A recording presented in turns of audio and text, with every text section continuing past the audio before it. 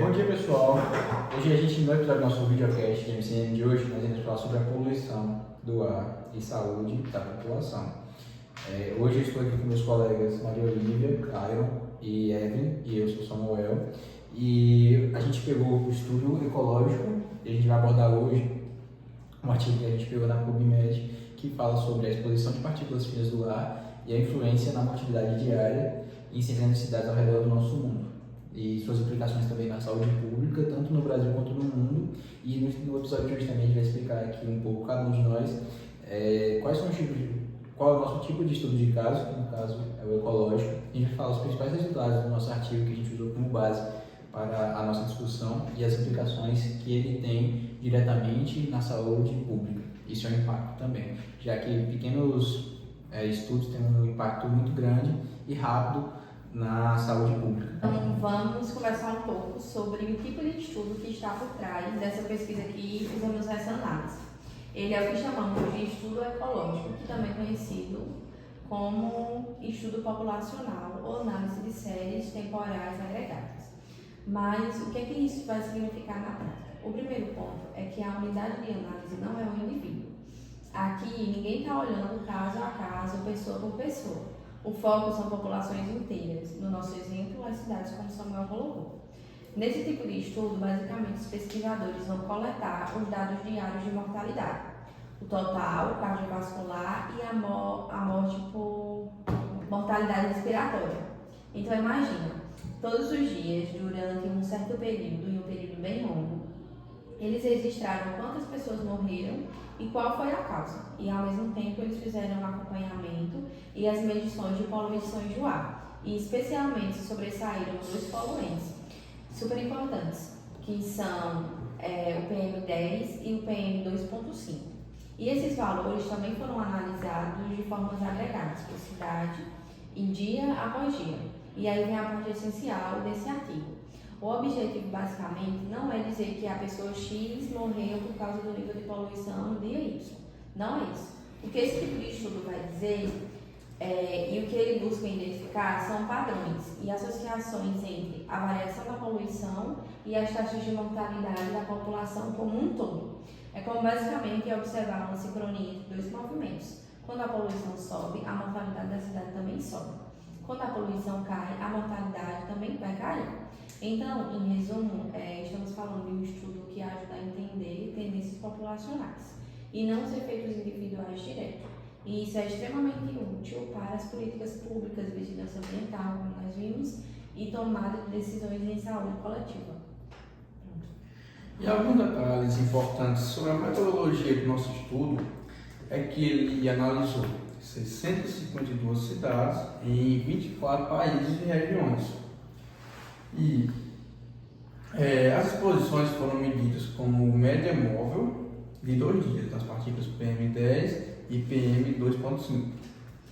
O desfecho principal foi a mortalidade diária total, mas também dando destaque à parte de mortalidade por doenças cardiovasculares e doenças respiratórias. E alguns modelos estatísticos avançados, como modelos aditivos generalizados com efeitos aleatórios, eles foram usados para combinar os dados de todas as cidades e calcular as estimativas globais.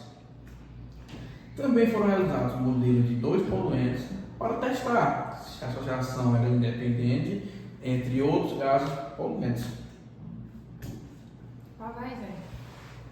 Outra coisa também que a gente viu, outra coisa que a gente também pode destacar na fala de Caio mesmo, esse assunto que ele trouxe, é por causa que o artigo ele foca bastante também nessa questão das doenças cardiovasculares e nas doenças respiratórias, que é o principal foco, que envolve aí os poluentes, as partículas no ar.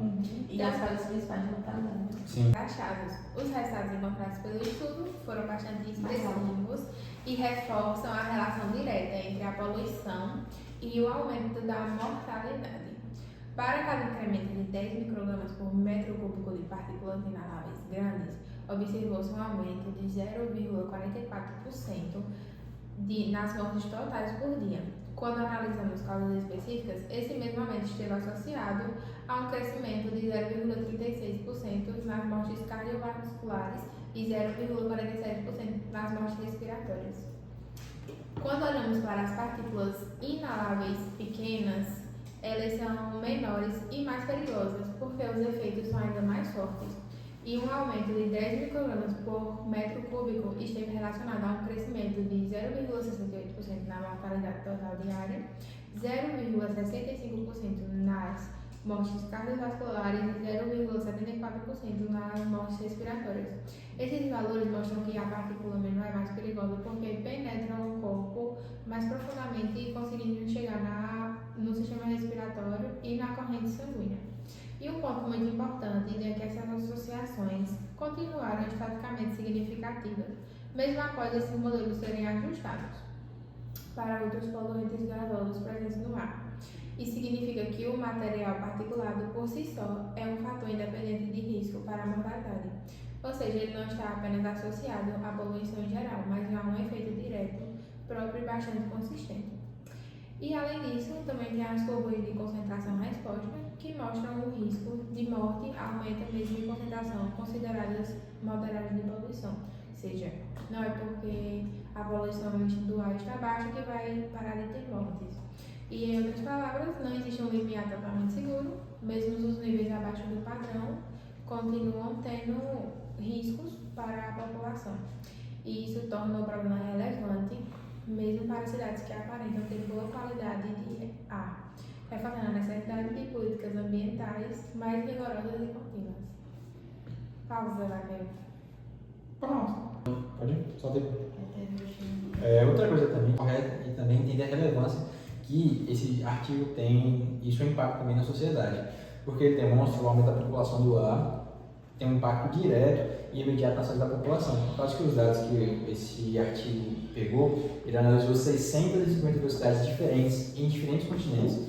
Então, dá para a gente perceber que o problema da poluição é algo universal, não é algo restrito a uma determinada região. Por que É uma determinada região, algo tipo, eu falei religião, uma determinada região, algo do tipo. Isso significa que, independente do lugar onde é que ela esteja, as políticas ambientais e o controle da quantidade de ar tem que ser correta, porque isso pode salvar uma vida, como a gente já observou na fala dos nossos colegas aqui, por causa que a motilidade está intrínseca a doenças respiratórias e cardiovasculares, porque, como você mesmo disse, as partículas são tão pequenas que elas penetram no nosso sistema nervoso, no nosso corpo e tudo, e tem todo esse efeito. E ainda entra mais porque, de acordo com um país diferente, ou algo tipo o clima, ou o nível de desenvolvimento, a exposição dos poluentes atmosféricos, eles apresentam um risco muito real e é constante.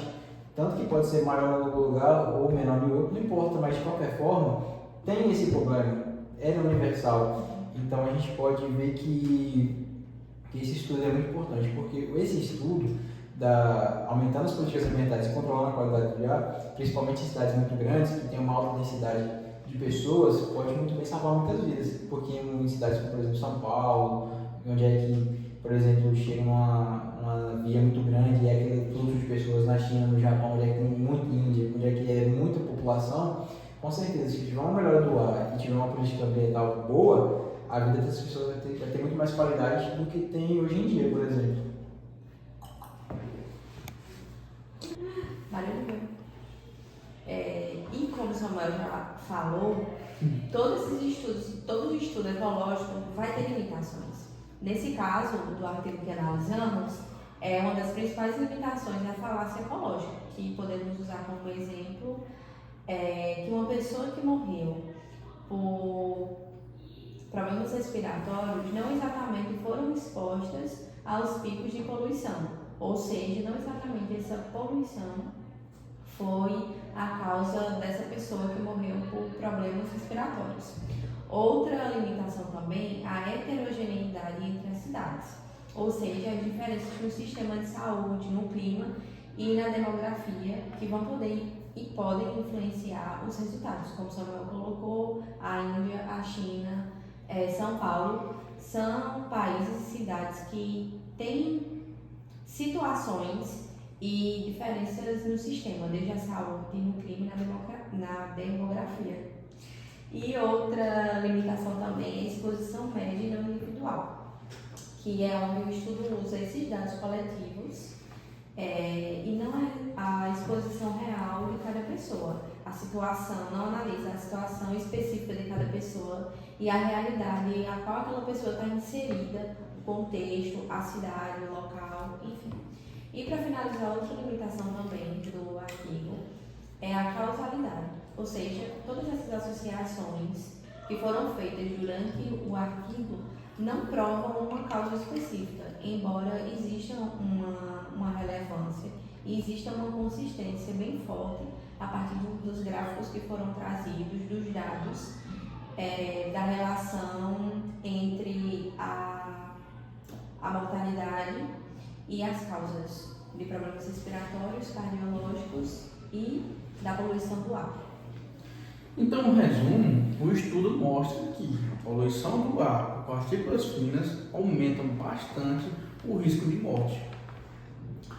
E como ouvintes, a gente pode até refletir, perguntarmos a nós mesmos: a qualidade do ar na nossa cidade é realmente segura? Existem políticas de controle de poluição adequadas? Quais são as medidas que podemos adotar para proteger nossa saúde e a nossa própria comunidade?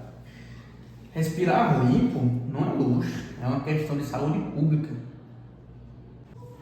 E para finalizar, essa é a referência completa do estudo que usamos, publicada na New England Journal of Medicine, uma das revistas científicas mais importantes do mundo. E para finalizar, essa é a referência completa do estudo que usamos, publicada na New England Journal of Medicine, uma das revistas científicas mais importantes do mundo. Ela garante a credibilidade das informações apresentadas e permite a disponibilidade para que a pessoa consulte os dados originais. Assim, encerramos mostrando a base científica que sustenta tudo que foi discutido. Bom, esse foi o nosso podcast sobre a poluição de partículas finas no ar. Foi um prazer estar aqui com vocês e até a próxima. Até a próxima, muito obrigado. Prazer. Manter de pé o que resta não basta.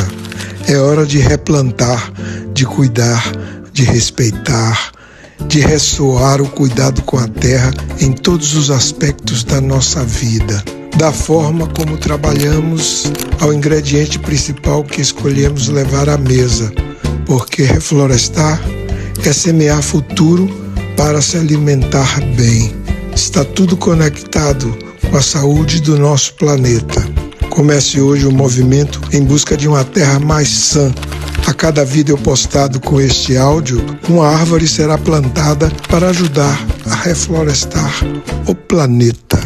Pelo clima, por você, por mim, pelos nossos e pelos outros. É hora de ser refloresta.